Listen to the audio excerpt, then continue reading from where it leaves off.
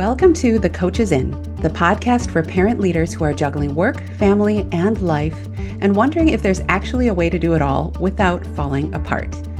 I'm Kat, a coach, lawyer, and mom who's been there, navigating the tightrope of leadership at home and at work, and figuring out what's actually worth the energy. And I'm Irene, a leadership coach on a mission to bridge generational gaps and bring fresh perspectives to the challenges parent leaders face. If you're skeptical that balance, calm, or boundaries are even possible, we get it.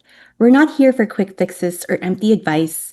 We're here to have honest conversations, share practical tools, and maybe even help you see things differently.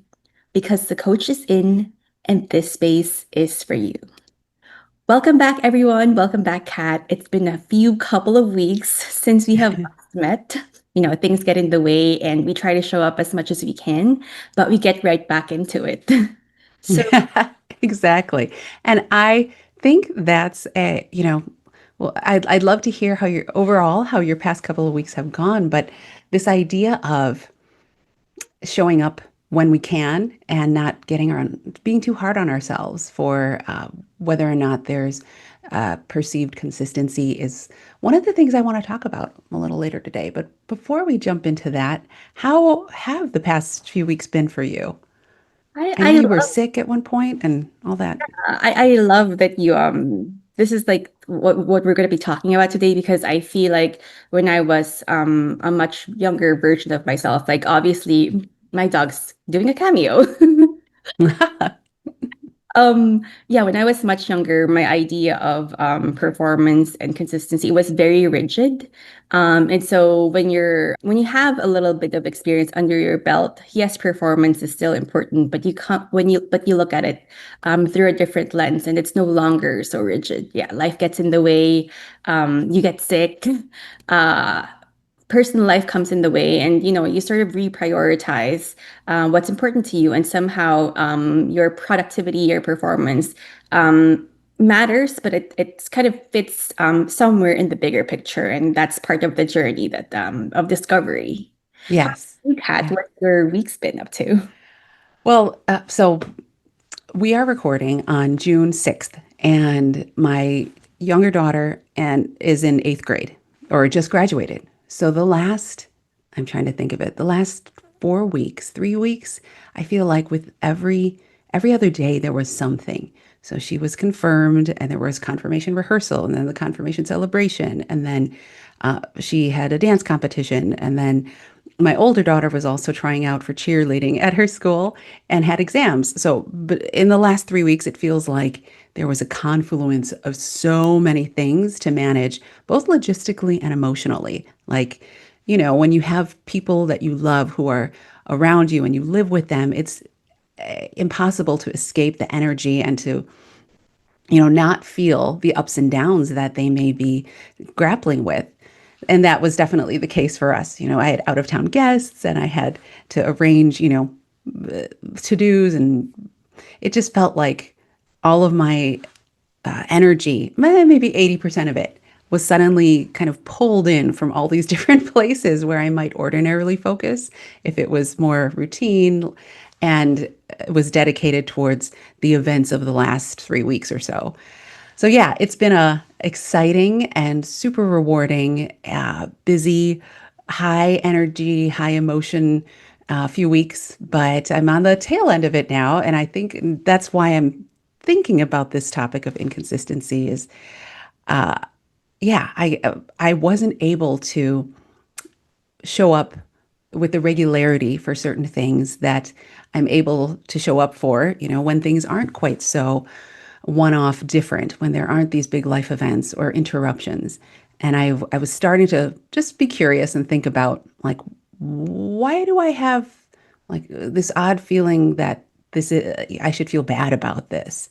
And would I have felt bad about this in the past? And let's explore those feelings and unpack that a bit. Thank you for sharing that. So just for the audience also to know, like, Kat and I started the Coaches in podcast as a passion project. So as much as we want to show up in this space, we also recognize that, we have our own our lives and other responsibilities to show up in. And so the way that we have approached the Coaches in podcast is to show up authentically in a way that sustains us. So we didn't really want to put too much pressure by having this regularity of cadence to show up, because we want to show up and be present for everyone and deliver the kind of value that we hope that is useful for everyone, and creating this safe space where we can all share honest conversations. So Yeah. yeah, Kat, what you just shared, it really highlights the multitude of hats that a mother has to wear. Especially, I would say that an empath like you, right? You just receive everyone's energies tenfold. Say if compared to other people who might not be as sensitive to how other people are feeling, or their energies. So, Mhm. with that role in mind, as well as the type A achiever in you, how do Right. you redefine consistency in a way that works for you with given this context? Yeah, that's a great question, and that's kind of a starting point, I think, for anybody that might be juggling it all, trying to keep all these plates spinning.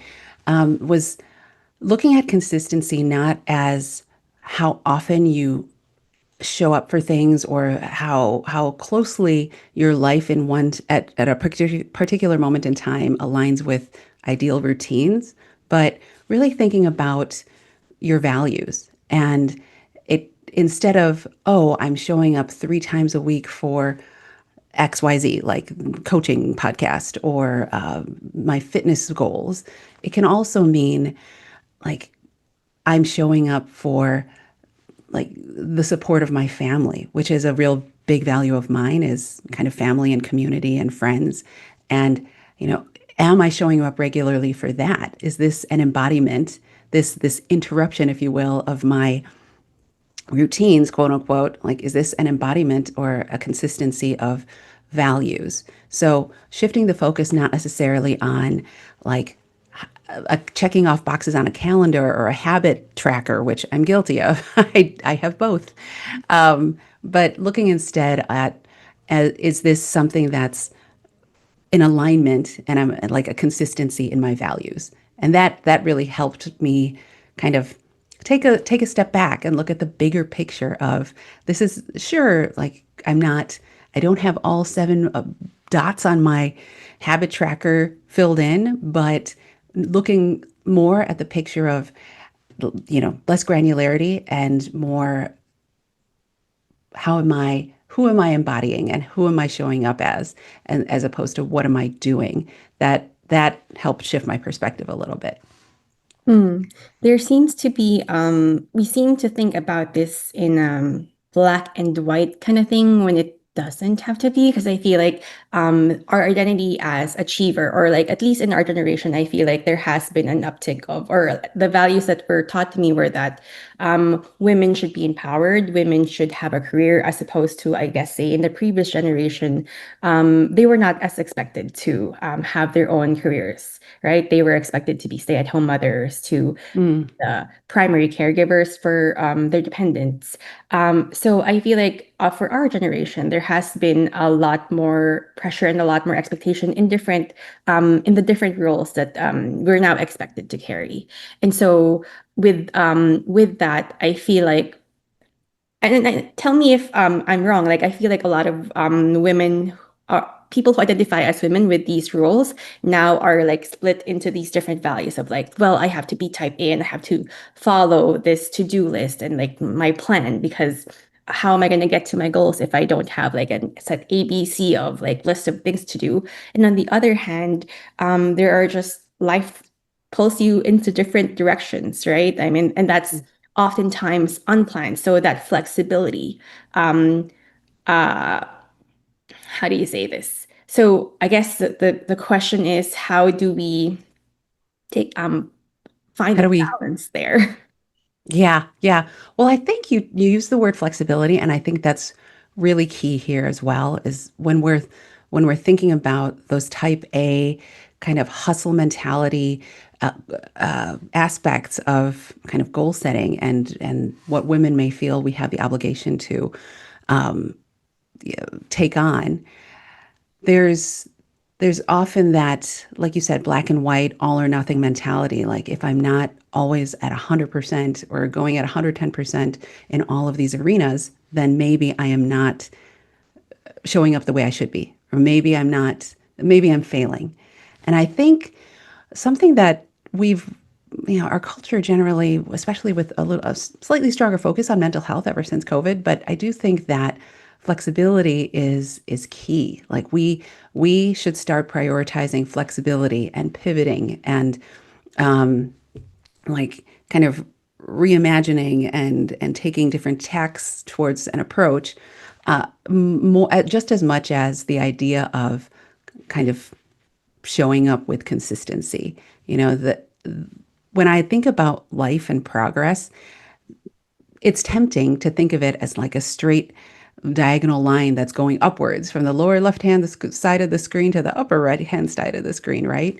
But realistically, it's a little more like maybe a staircase where you might have this jolt of progress and then you flatline for a bit because of some life interruption, or maybe even it's just a need for rest.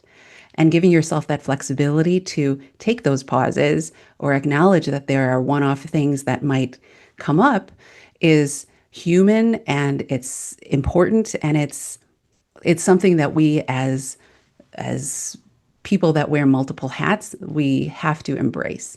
So, like, I love that you touched on this idea that, being flexible is imperative to the idea of taking on all of these different roles. It's not flaky. I think that sometimes we think, oh, if I decide not to go to the gym today, or if I decide to put off, um, you know, this volunteer opportunity that I said I was going to start today, that I'm somehow a flake. It's like maybe not. Maybe again, you're prioritizing that something else that's aligned with your values. Maybe you're accommodating for a one-off, whether that's illness or family in town, or showing up for a friend who's going through a really rough time that you had no idea would pop up in that moment. So it's really thinking about kind of alignment with those values as opposed to frequency, and being flexible in that approach. It sounds like what you're talking about is saying no to things so that you can make room for more meaningful yeses. Yeah. I mean, I remember I feel maybe 5 or 6 years ago hearing that phrase, like saying every no is a yes to something else. And it was so empowering because, as someone that has trouble saying, used to have trouble, more trouble, I still have trouble sometimes, but, had a lot of trouble saying no to invitations or saying no to asks to help. That I always felt bad about saying no and setting that boundary. When I heard, like, oh yeah, saying no is saying yes, actually saying yes to something else, it gave me that little bit of a, like, you're absolutely right. Like, what benefit am I actually gaining from redefining this? From, instead of looking at it as something bad, what's the actual positive out of the situation? So yeah, I think that reminding yourself that every no is a yes to something else, every time you lack quote unquote consistency, what is it that you're saying yes to? It might take some soul searching, some deep digging, but there's a lot of truth and insight to be gained there. Mm. Especially at these times in life when there's never going to be an eighth grade graduation for my daughter. There's never going to be another cheerleading freshman year tryout. There's just these big moments that are one-offs, and I would hate to lose those meaningful bonding times with them, those moments that matter to, like, because I'm a slave to habit. Mm, yeah. So I think at the center of this really is an understanding of who you are and what you value in the moment, because I think you're introducing here an element of time, right? Like I remember when I was younger, I was asking my mom, so how did you decide to have kids because the question behind that was that, like, I mean, you're definitely going to have to sacrifice time from your career in order to make a big life decision of like bringing kids into this world, because it's definitely going to change your life, right, in more ways than one. And so I was asking her like, well, how did you decide to have kids? And she was like, it's not a hard decision. And you'll understand when you get there. But a younger version of me, who at the time was just focused on my career, couldn't understand what she was talking about. So Mm, there's definitely elements of time here, like where you're in that journey, your priorities shift. And as you transition or as you shift, there can be a period wherein, oh, you're very confused and you're overwhelmed because you're trying to fit everything all at once. Because when everything's important, then nothing is important. So that's going to be a mm, tough position to be in. hmm. That's a really good point about um, time and the evolution of time and how our perspectives on what's important shift as well. So, when you're in your 20s, it may not feel as important to kind of focus on family if you don't have kids or you don't have family that needs you, or you're kind of just starting this life of independence away from your family. But yeah, there's fluxes. Things come and go, and I think we build up a library of information as we walk down our pathways of life, and those inform and allow us to kind of shift and pivot and redefine as we go along what those values are. And I think, like you were saying, kind of the long, in different moments of time, different things may rise to the surface. That's kind of, I think I would encourage folks to really take a step back if they're starting to feel sort of guilt around inconsistency and whatnot. Like maybe that sense of guilt is trying to alert you to like a need to recalibrate your values. Like is there or a need to just reassess, like am I spending my time in the way that makes sense to me? And where are those expectations coming from that are making me feel guilty? So, as an example, like when we quote sort of pushed off our last record session, there was part of me that was feeling a little bit like, oh no, oh no, what does this mean? How does this define me? Am I no longer a podcaster? Am I a bad podcaster? Am I a bad friend to Irene? Should we be hustling and pushing ourselves more to be consistent? And, you know, taking that step back and realizing we're holding space for things that are more important in the moment. And these ideas of like, oh, you have to show up XYZ, or to be a good friend or a good coach, you have to do ABC. Those are those aren't cut and dry and laws that exist for everybody. It has to work for us, and giving ourselves that freedom to choose what works best for us, and identifying those and is helpful. Mm. I mean, I hope I don't make you feel that way, because I'm a firm believer in doing what's best for ourselves. And if taking time to even rest is what's going to be best, then I feel like that allows you to show up in the best way that you can the next time Mhm. you show up. Um, what else was I going to say? There was a lot there. Um, yeah. Well, no, you don't make me feel that way. It's funny because I mean, every sort of internal misalignment or kind of feeling of discomfort can be an opportunity to identify stuff that could use a shift, or maybe just reassess, as I said before. And I think what I've discovered sometimes when I feel like I'm letting people down is it just comes from growing up in a home. And we've touched on this in previous episodes, but growing up in a home where we really had to anticipate needs, and sometimes unreasonably, but we didn't want to upset my dad. And even things would trigger him in ways that yeah, weren't necessarily logical. So I think that's where it comes from is like, what am I doing wrong is always a question that kind of tries to invade my consciousness, or how could I be doing this better? So yeah, I now that I've identified that, and over the years I can use that to kind of remind myself to talk through these negative feelings. It's gotten a lot easier. But yeah, there are these irrational thoughts that come up in my mind sometimes, like, if by not showing up for this, I am, yeah, a bad friend, or I'm being unsupportive. And not just with you, but like in any situation where things might derail, or where the originally planned thing doesn't play out the way it should. And that's something that I suspect I will kind of always be monitoring, maybe with less frequency as I get wiser and older. But yeah, it's just a lesson in life.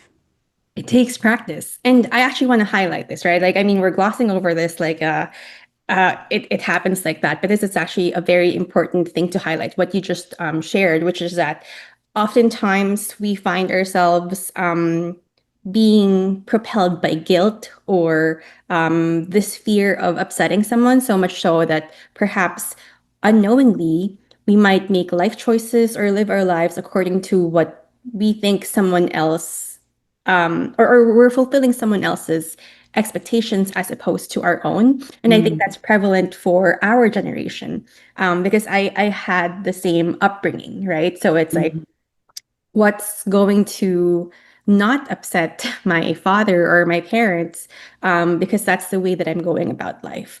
And with that, it might feel like our sense of self-worth is tied to our productivity or our usefulness to the person that we look up to, which mm, I think, after some self-reflection and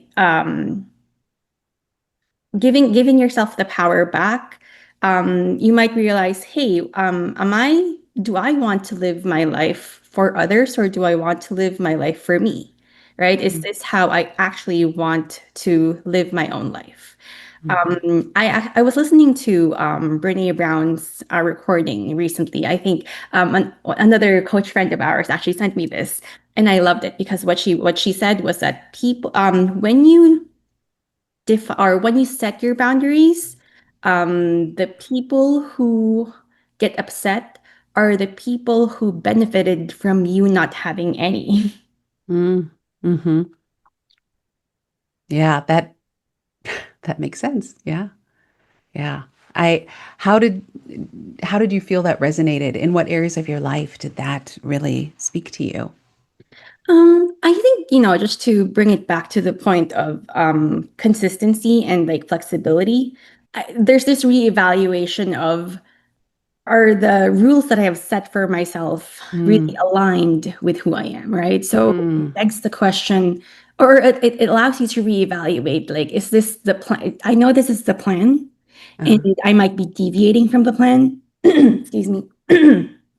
But maybe the reevaluation is a redirection into mm, the life that I actually want to live. And we might not need to be so rigid about our plans because once we have alignment with our identities and our values, things just feel like they fall into place. It's much more not you're easily motivated to do things without having to will yourself to do the things that are in your plan or used to be in your plan.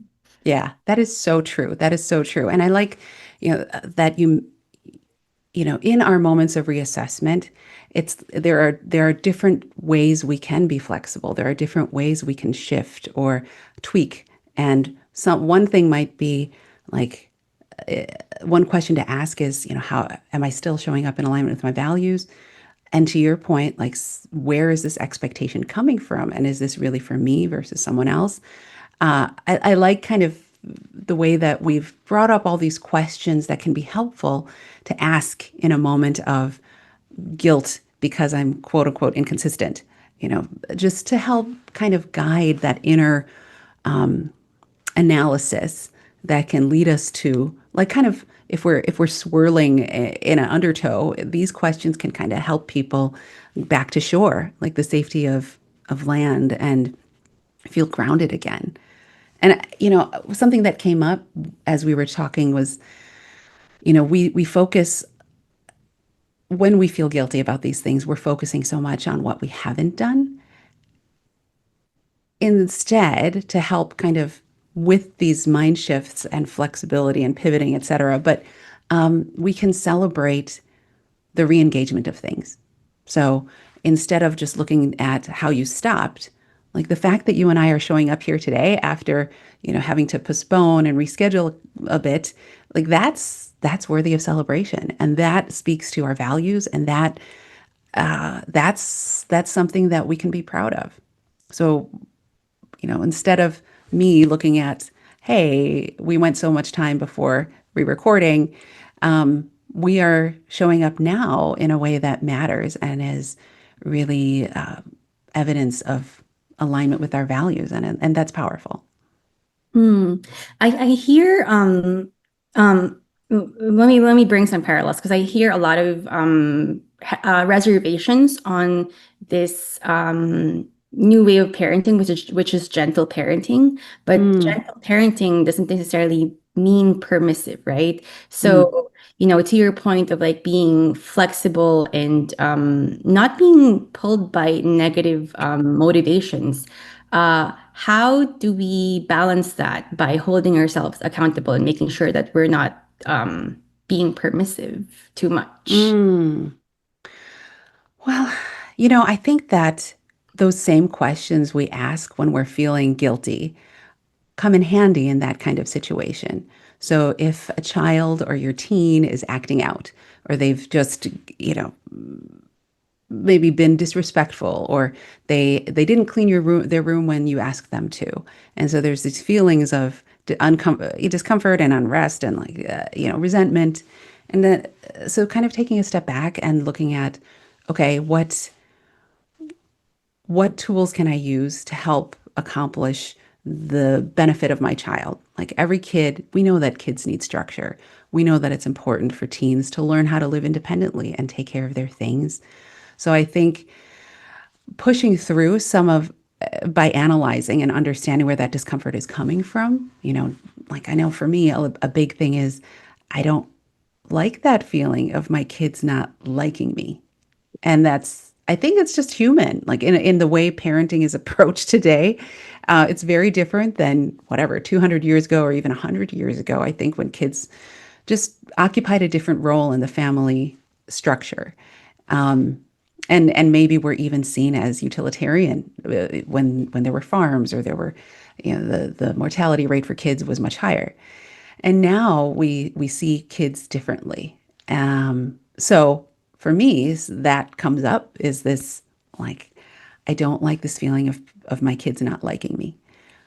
But I also acknowledge that I am not there to be their friend and that they need structure and I am the adult in this relationship and I need to impart wisdom and guidelines and things that I know to be true that because they just don't have that same framework feel hard or feel difficult or unnecessary or bothersome. It's like they're working with a limited set of information, and through virtue of that, certain things just feel like they're not going to like it. And so understanding kind of the differences in the dynamic and how we both come to this relationship, and then also showing kids grace, like kind of we know that they aren't fully developed humans. So we can't expect their reactions or how they process things to necessarily track in a logical way. Like I can't expect them to respond the same way my husband might, or a coworker, or a really good friend that I've had for 25 years. There's just not that sense of regulation or um, experience to inform how they're supposed to show up. So I don't know. I feel like I'm bouncing around a little bit, but certainly, you know, the gentle parenting versus like, how do I know I'm doing the right thing? And, is this something that's showing up to others as not effective? Really, trying to identify what those triggers internally might be and finding your own explanation for what works in that moment is has been really helpful for me. And what it has meant, like I have to put on my big girl pants and be uncomfortable with people being upset with me, and that's not something I grew up enjoying, and I've tried to avoid my whole life. But in the dynamic of kids, it's just part of it, and and the reminding myself that they need this, and that the end game is more important than the current moment and how I feel in it is that's what I try to align myself with and remind myself of as I'm navigating those situations imperfectly and very in a very messy way. I love it. So, as I was listening here, just sharing to everything that you've shared in the past minute or two, I was imagining like what different generations' reactions would be to what you just said. Because here is Kat, a picture or a model of like a millennial mother, and I'm thinking about how different the older generation must have done their parenting, and how the younger generation might view this also. Like, oh, perhaps they can see the difference and appreciate that we are making progress like with each generation, right? And what I really want to call out here is that like I think every parent wants uh their kids molded in a certain way, like certain behaviors, like they want outstanding citizens, but also not at the expense of your relationship with your kids, right? I think Mm, that's what you were talking about. And oftentimes I think, especially with the older generation, it's like they can sacrifice their relationship with their kids for the sake of their expectations, right? Like whether that's good grades or like high earning potential, or the way that they act socially at the expense of their relationship. And I can tell you that a lot of the older generation probably didn't handle that well. I've had coaching sessions where an older gentleman came out and at the end of the session revealed that, oh, what he wanted to talk about in the session was that he wanted his son to call him. So it mm, takes them a while, and there's like some deep emotions there that it takes them a while also to come out, because it's probably like repressed deep down. So mm, yeah, I just wanted to call out a parent struggle to meet or to mold children into certain expectations and also their relationship. mm. So, Yeah. just to maybe highlight the point that we want to make for this episode, is there something that you want to leave our audience with as a takeaway for today?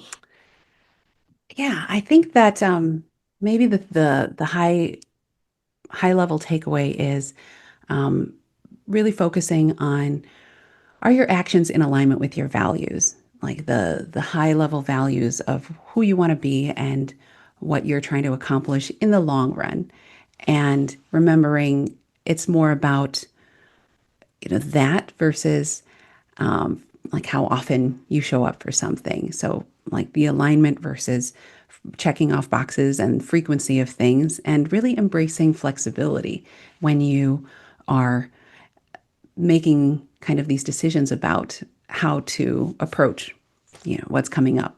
So alignment with values, like focus on alignment, not frequency.